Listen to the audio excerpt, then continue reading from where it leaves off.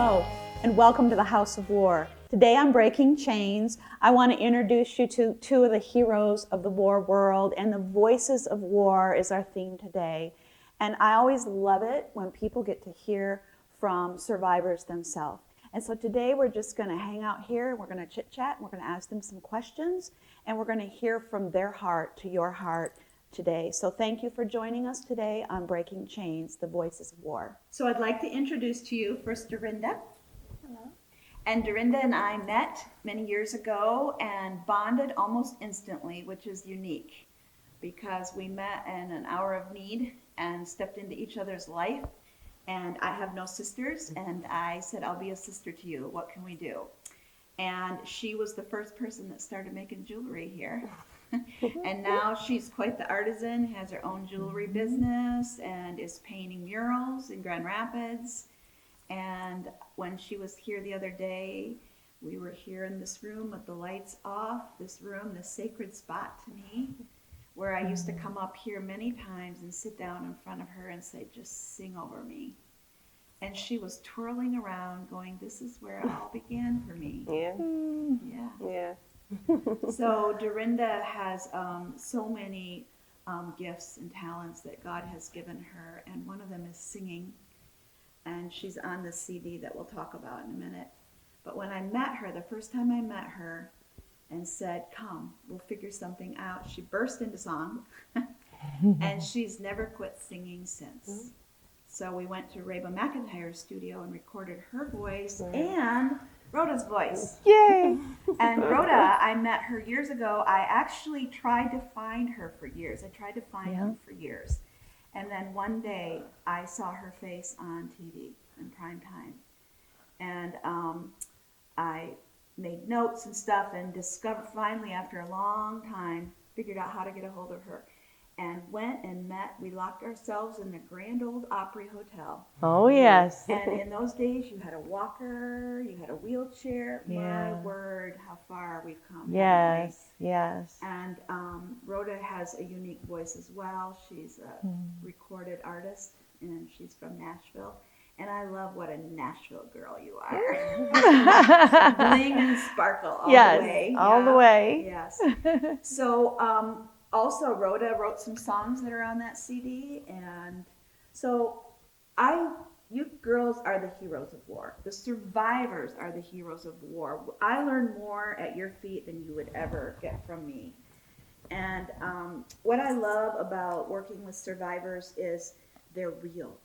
Right. There's no pretense. Right. You know, suffering has that way of just taking away all the fluff and nonsense of life, the things that we think are so important. Right. And I think the world has understood that a little bit under COVID, because all of a sudden the noise is stripped away and you get right down to the nub. Right. And there's no pretense, there's just raw, real. Right. And that's what I love about working with people who have been through the valley of the shadow and walking that journey with them. So, Rhoda's story is that she was scammed as an 18-year-old first, and then taken to Japan for her beautiful voice, and scammed through a job lure, and sold to the Japanese Yakuza mafia. I was drugged and abducted when I got there. Yeah. They took away her papers.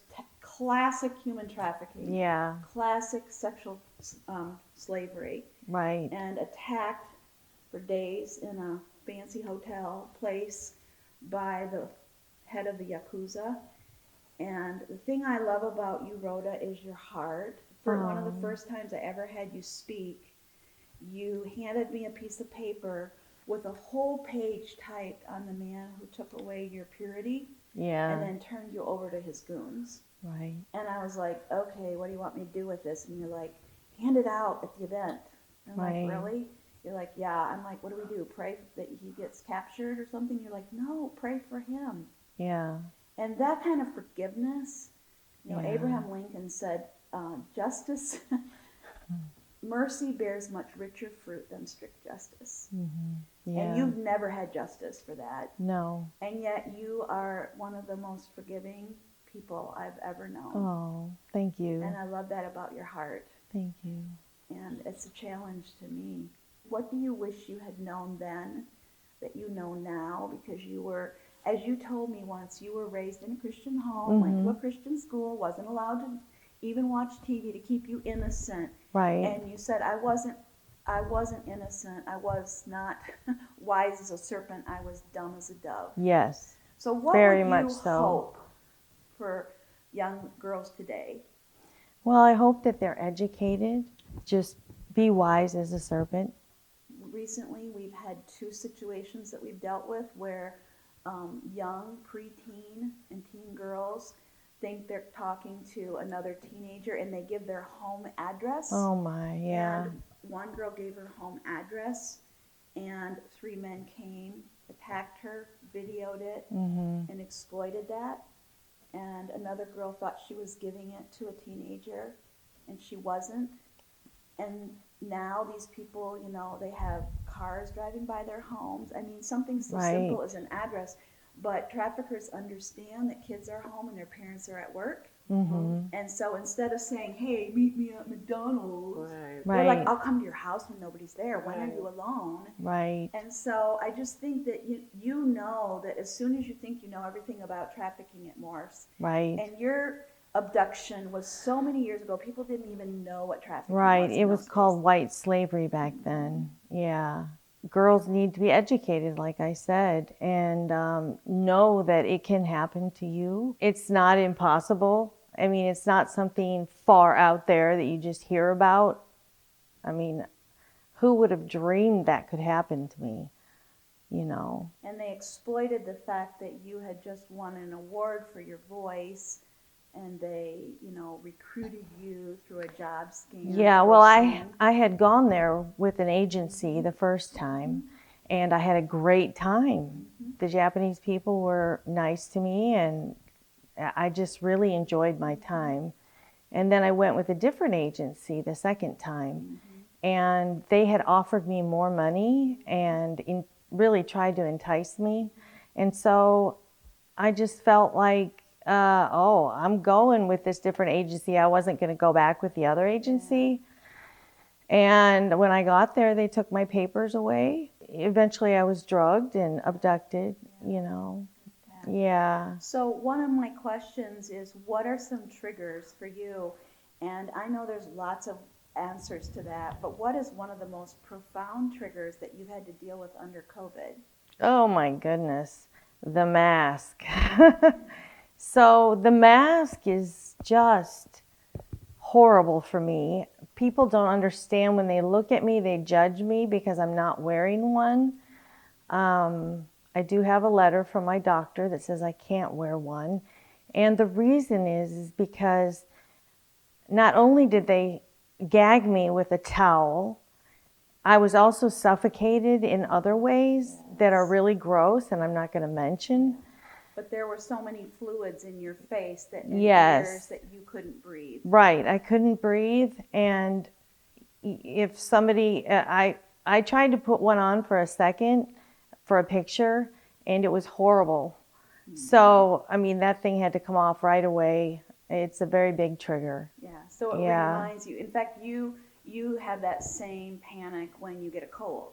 Right, So anytime exactly. that you can't breathe, you feel that sense of right back to where you were Right. in that horrible place. Yes, immediate flashbacks Yeah. and triggers. Yeah.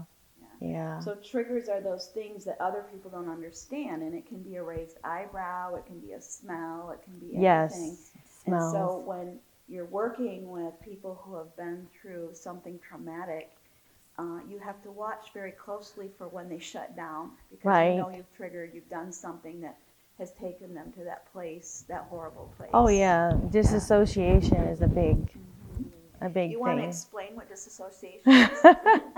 So I can be sitting here talking to you, and then bam, I'm gone because I can't handle the conversation or what have you. But your mind just wanders away, and you lose. I've had times where I've lost 3 hours of driving, and found myself. I kind of woke up somewhere else, in a different city, and yeah, it's scary. But as I've healed through the years, it's gotten so much better. You know, the disassociation isn't as prevalent as it was in the past. Well, and actually, Yeah. that's a healthy thing. It's your body protecting itself. Yeah. It's your body shutting down Right. to handle the trauma that you're processing in your head. Mm-hmm. And I know when I first met you, and even to this day, you couldn't even sleep at night without music playing. Actually, scriptures. I listen to scriptures every night. Yeah. Even when you took a nap, you'd say, "What should I listen to today?" Right. Or I'll listen to scripture lullabies too. So the scriptures actually have annihilated all my nightmares. And if my scriptures turn off, if the electricity goes off, I will have a nightmare. Wow. And if it stays on, I don't have any nightmares. So it's really kind of a miraculous, it's not kind of, it is a miraculous thing. You know, the Word of God, the Bible says He sends His Word and heals us from the pit and destruction. And it's so true, you know. Yeah. You know, Rhoda, when you speak sometimes and you disassociate, because you've spoken so many times, you're so brave. You have such courage to share your story. But I love when you quote scripture, something in you rises up and you stand up, you sit up, there's a confidence that pours out of Yeah. you. And it's just amazing to see the change in you. That's your safe place, isn't it? That's where you go when Oh, you yes. need to feel safe. Anytime I go straight to the scriptures. Yeah. It's amazing what a healing balm the scriptures are, you know. Well, one of the things that happened to you when you were attacked by the Japanese mafia was they are men that wear full body tattoos with dragons and stuff. And one of the songs you wrote is Dragons on the Bed. Yeah. Because at night, those are the nightmares you have, which is why you play music, to drown out the dragons under the bed. Yes. Yeah. Yeah. Yeah, that's a gut-wrenching song on there. Yeah. Yeah. It's kind of hard to listen to, but I think some people think it is. So one of the things I love the most, and again, this is back to your heart, is the song you wrote there, the Ode to the Japanese Mafia. And an ode is a praise or in honor of. Yeah. And it's called Give 'Em Back Love. Yeah. Yeah. Not revenge. No. Not what they deserve, but right. love. That's such a profound role model to the world. Yeah. When the world attacks you and you were attacked so viciously, your heart and your ode to them is the love of Christ. Yeah, that's what Jesus did for us. Yeah. You know, we so wickedly betray Him every day in our sins and through our sufferings, and to be forgiven by Christ and to be loved back by Him is just an amazing feeling. It's an amazing fact. I love it that everybody finds their voice in their own unique way. And while you are a musician, one of the things you found was through scripture to music, or just scripture, but you found healing even in music, and you found your voice in writing music. Yes. And that's one of the ways. Plus, you're very artistic as well. Yes. You've been sewing masks. Yes, over 500 of them. Yes. Yeah, I've done a lot. Sewing machine 1 year. Yes, and so since you guys got me the sewing machine and the table that goes with it, I've been designing clothes and sewing clothes, and I've actually gotten a couple clients. So plus, you always do matching costumes, outfits for your little dog. Yes, matching dog outfits. That's cute. Yeah. Adorable. It's like little Rosie. Mother puppy. Yes. And people laugh when I go out, you know, we're wearing matching. Yeah. And what a cute dog. He like fits in a teacup or something. Yeah, she does. She's 3 pounds, 6 ounces. Oh my word. She's my baby. I couldn't have children because of what happened. So, because of the torture and stuff. So Rosie is my little baby. Awesome. Yeah. Well, Dorinda. Yes, ma'am. When people interact with a survivor of some form of abuse, what do you think is helpful and what do you think is harmful? What would your advice be to somebody? You were so good in this room Yeah, when somebody would start to flip out yeah, or have a bad, trigger. yeah. You would just stop. You would take charge. You would sing over them. But what do you think for people who are not survivors when they're interacting with survivors? What do you think is helpful and what do you think is harmful? I believe in, well, with me being in this the USTC training center, what helped me is to realize that I'm not in their shoes. I've never been in their shoes. I don't know the trauma that they've been through. So I take a step back and allow them to have their space, but allowing God to use me at the same time and asking God, okay, how can I help? And what could be harmful? And He'll speak to me and tell me, hey, this person is going through this, and I have, it's innate for me to be able to feel someone else's pain, or either their love or frustration. So I take my time and just step back and allow them to say what they need to say. And a lot of times, it's just they need to get it out. Like you said before, I mean, people find their voice some type of way, and sometimes the first thing is being able just to get it all out, and saying things that has happened to them, and even if they are in a rant, And being safe. and being saying safe, that. and they have that circle of protection. They know they're in a protective space. So when I was here, I will always just sit here and just let them rant, let them go ahead and say whatever they need to say. And I just speak words of positive affirmations to them. You are beautiful. You are worth it. Everything that happened to you, it happened to you for a reason, but God is bringing you out of this. Just constantly affirming the word to them. That has helped me, when they're going through what their triggers are. It's like, man, my trigger was this, but how can I, say something to them that's going to encourage them to move past this hump, because it's hard. I understand it's hard.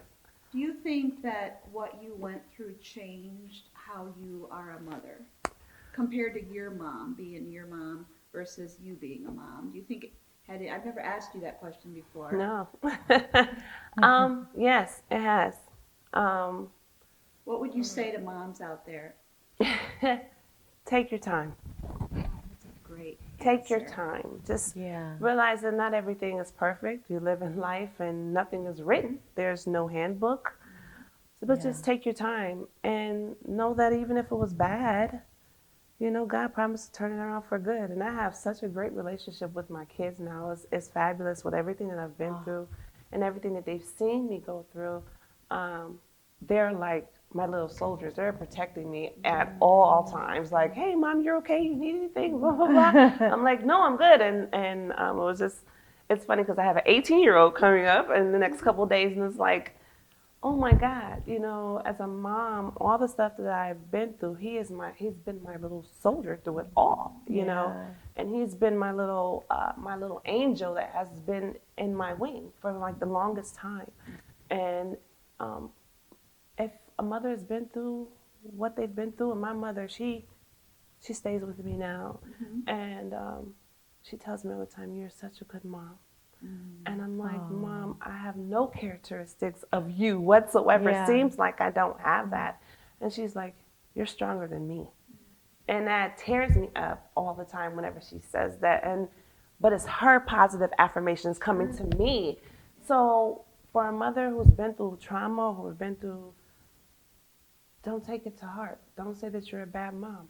You go through life, take your time. Enjoy what you have. Enjoy the time that you have. Don't be consumed with the past. The past is done. It's over with. You can't change it. Right now it's moving forward. Let's progress to the next thing.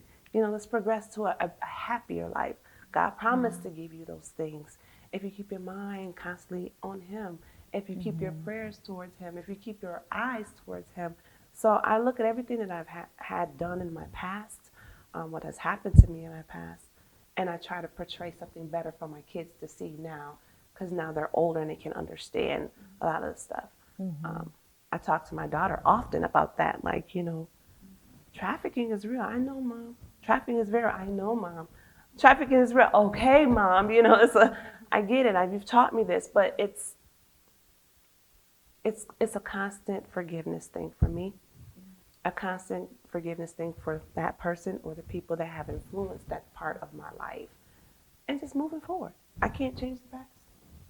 I think when I speak to parents, which I do all the time, and they ask me, you know, what is the most important thing, which of course anytime you have to single it out to one thing that's like difficult, but I ask the church all the time, I ask all faith, whatever faith it is, to be unshockable, because we are so good at judging, and we are so poor at loving. And it's such a relief to me from my faith perspective that God is the just judge. Yes, He's the one that judges. I don't have to. I get to be Christ with skin on. But regardless of what faith you come from, the judging is what hurts. And we don't even know we're doing it. Right. That raised eyebrow or that comment like, well, why were you out that time of night? Or why were you wearing that? Those are those hurtful things. And just imploring families to be able to have your baby come to you with your worst nightmare and not gasp, not go, because the minute you do that, you tell them that they're not safe, and so their perception becomes your reality. Right. And the church is, in all faith groups, are so good at judging. Yeah. And so poor at taking their time, as you say, and let the past be past and work on the future. And just letting our those we love know there's nothing you can do that will ever change my relationship with you. When my kids were little, telling them, if you become an axe murderer, I'll bring you cookies in jail. You can't not. But thank you, that's great. So, Meetrinda, what's a safe place for you? You were my safe place. You still are when I come to you, either of you, and ask you to sing over me. That for me has always been a safe place. Music and worship and beautiful music, even classical music. You know, I used to play classical flute. So what is a safe place for you? Where do you go in your head? In my head, it's always music. It's always art. I find that whenever I am in that space, it's funny, I'll say this. Me and my mother, we have this round table talk, like we're now having a round table talk, and I always get to this point and when we're talking about life and things that we have gone through, or, you know, something that she's given me tidbits to help me get through, you know, as an adult, you know, how to, you know, parenting and all that. But my safe space with her is singing at that round table. It's actually prayer at that round table. And we have our coffee and we'll have our donuts, and she can't have a lot of that stuff, but it gives her that, you know, her little happiness. But that's the time that I enjoy, is having those roundtable talks with her and being able to sing at that particular point and being able to rejoice to God. So, and even when I'm not around her, I'll just pop on a CD or get my paint brushes out and I'll be singing, and the whole entire time, next you know, I have something magical that I've created. So that is, my head is singing. It's being able to voice, you know, sing that out, or that is my comfort spot. One survivor that I've worked with for years, when she'd call me on the phone in panic mode, her safe place was the beach. In her head, she'd go to the beach. And so I would say, all right, close your eyes. Can you feel the breeze on the ocean? Can you feel it lifting the hair off your sweaty neck? Can you hear the crashing waves? Can you feel the sand under your toes? That was her safe place. Another person was on horseback galloping.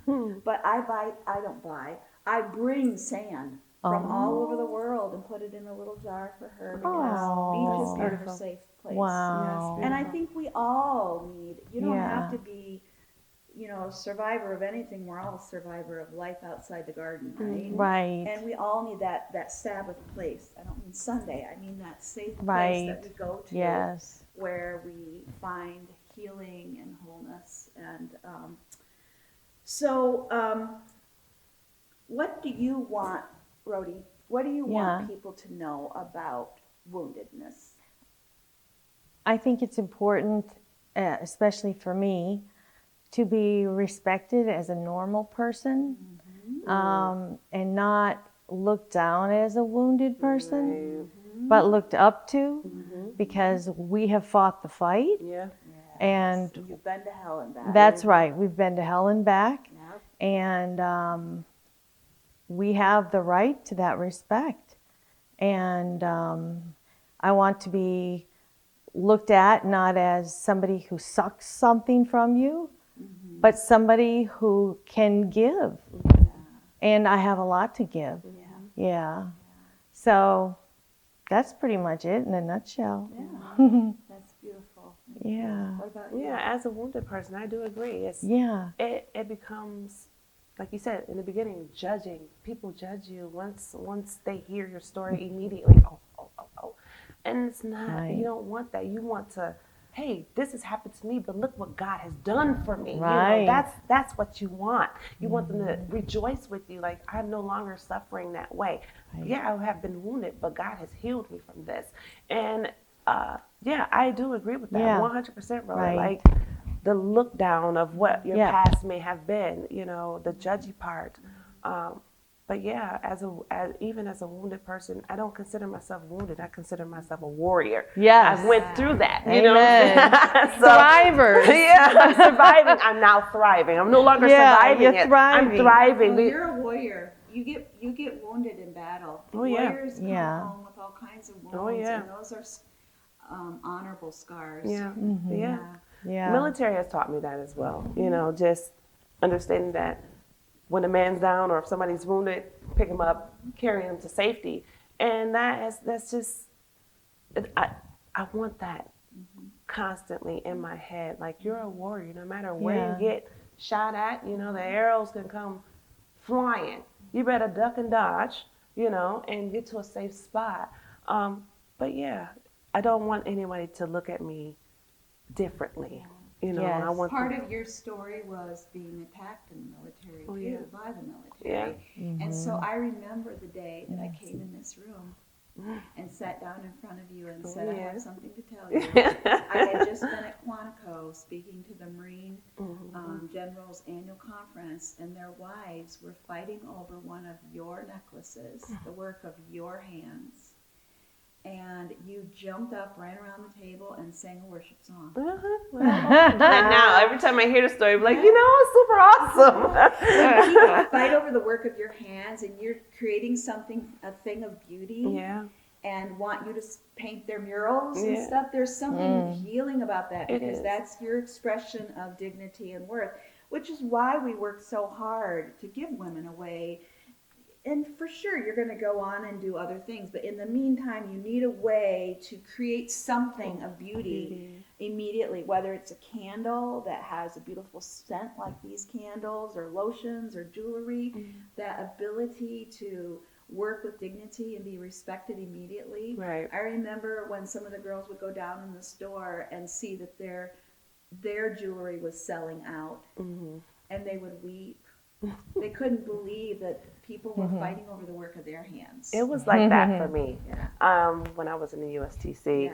And at the time, we were just doing the beta test of getting the USTC going. You were my guinea pig. Yeah, I was the guinea pig, but I didn't mind being a guinea pig. It was the best part. It was like being in a safe space within my safe space. So, but yeah, just at the time, we were only making like 20 or 30 pieces. So they were like rare pieces. But I remember sitting downstairs in the kitchen, that's where it was in the beginning, sitting in the kitchen and looking and praying over each necklace, each piece. Like, God, you know, thank you for this. But whoever wears this, give them the blessings, give them the heart, you know, whatever their heart's desire, you know, help them to make it through the day whenever they are wearing this. Give them some joy. So I was always praying over each piece. That was help me to get past whatever I was getting, because I was praying for others, not just just for the piece. It was just to give love to whoever bought the piece, you know, because this whole thing is about love. It's about protection.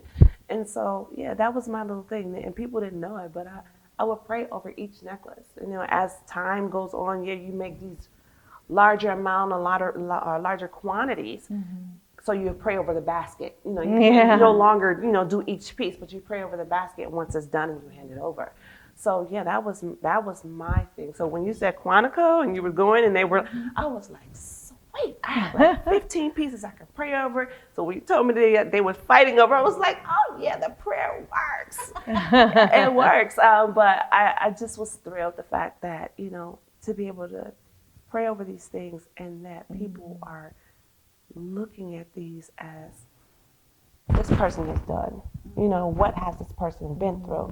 And she's doing this and she has dignity. And heck yeah, you know, like, yeah, let me go ahead and get that. So it's beautiful in every way to me. Yeah. So, what's your favorite color, Rhoda? Rainbow. Yes. That's my favorite color. You want them all? I want them all. High five. Yeah. Yesterday I saw a rainbow. Yeah, we and did. It was gorgeous. Yes, it was. And you know, not only is the rainbow full of color, all different colors, it's the covenant that God made with us that He wouldn't wipe us out again. And it's such a beautiful promise. And, you know, despite who we are and what we are, oh my goodness. But the rainbow is just so colorful and I love every color. So that's why that's why I always say rainbow when people ask that. Great. Yeah. I've never asked you that before. Yeah. I didn't know what you would say. Yeah. And you said why? What's your favorite color? I'm with Rhoda. Yeah. All right, girl. Seriously, like, God has created every color, and women have a better spectrum of color in their eyes than men do. So we I can didn't see know more that. colors than a man does. Oh. So to actually have the rainbow when I do my paintings now, people look at me like, you have so much color. I'm like, you have no idea. When I get a new color, I'm so excited, like, yes, I get to see what this color looks like. So it just brings joy to me. So it's no one particular thing that I love because God has created everything. So when I see rainbow, I'm like, oh yeah, let's go here, let's go there, let's add this and like that. So yeah, I have strong leaning towards purples and greens and blues because that just reminds me of the ocean. It reminds me of, you know, just calm and cool. Those will be my go-to colors when I need to just like reset. But if I'm painting or if I'm just every day, oh, give me the rainbow all day long. I'll take it. I'll sit there and smell a flower. I won't pick it. I'll just smell it. Bend down and smell it, go to another one or whatever. I'm like a little honeybee. It doesn't matter. I just love colors. Me too. Yeah. Rhodie, tell us something about one of the things you picked out there. One of the products you picked out that the girls make here in this room in the U.S. Training Center. Well, this piece is really pretty. It looks to me, I first looked at it and I thought, this looks like a Monet painting. Can you see that, Dorinda?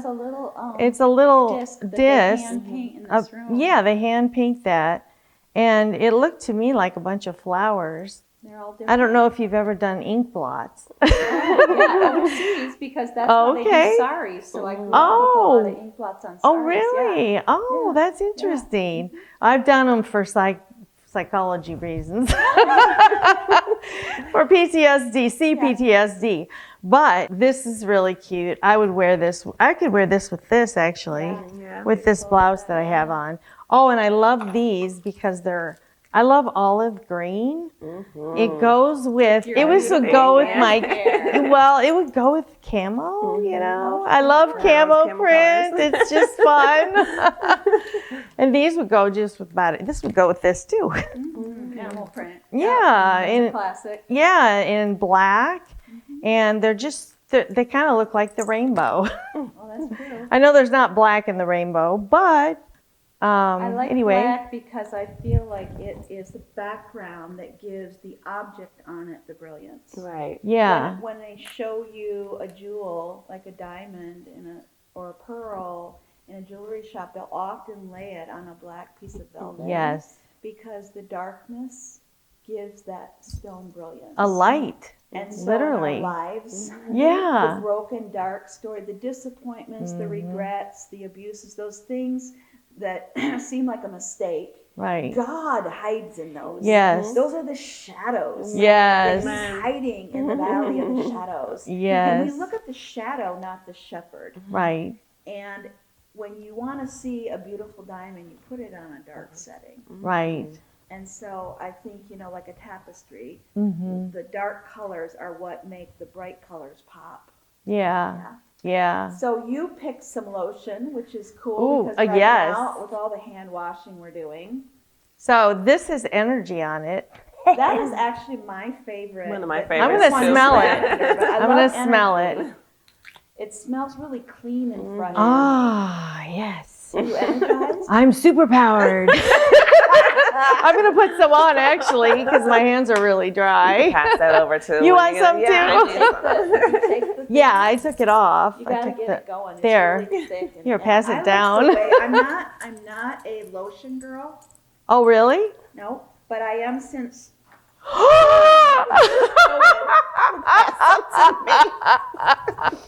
Oh my! But I like Hilarious. I like the thickness of this lotion. Yeah. It's not too thick like a butter. We have body butter too. Ooh.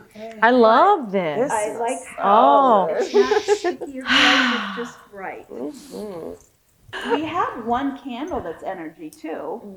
And different candles. I think this one is vanilla, and there's pumpkin spice, and Ooh, espresso. and apple pie. And I think I have a Hansel and Gretel over here. Nice. Yeah. So what pieces did you pick of jewelry? I picked Products do you have? the leaf. There's a leaf with the pearls. I actually picked this setting because these were something similar to something that I made when I first started with the USTC.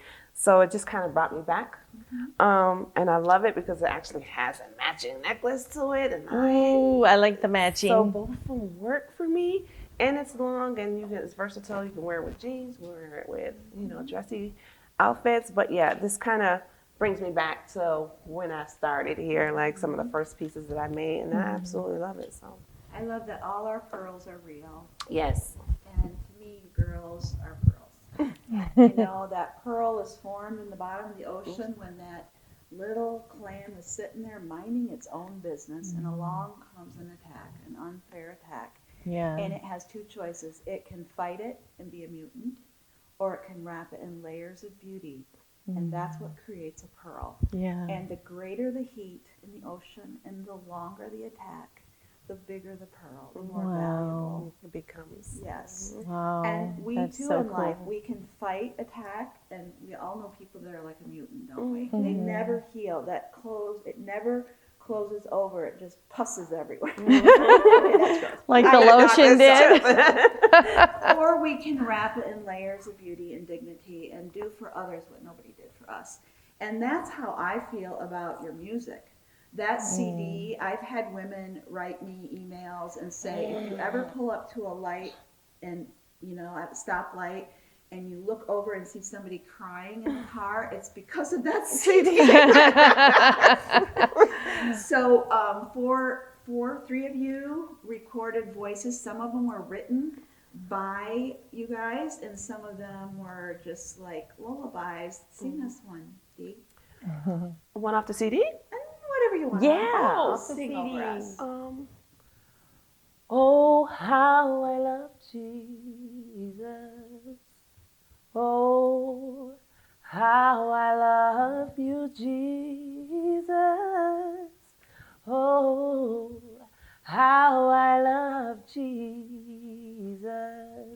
Because he first loved me. Oh, how I love you, Jesus. Oh, how I love Jesus. Oh, how I love you, Jesus. Because he first, because he first, because he first love me. I'm gonna jangle for that one.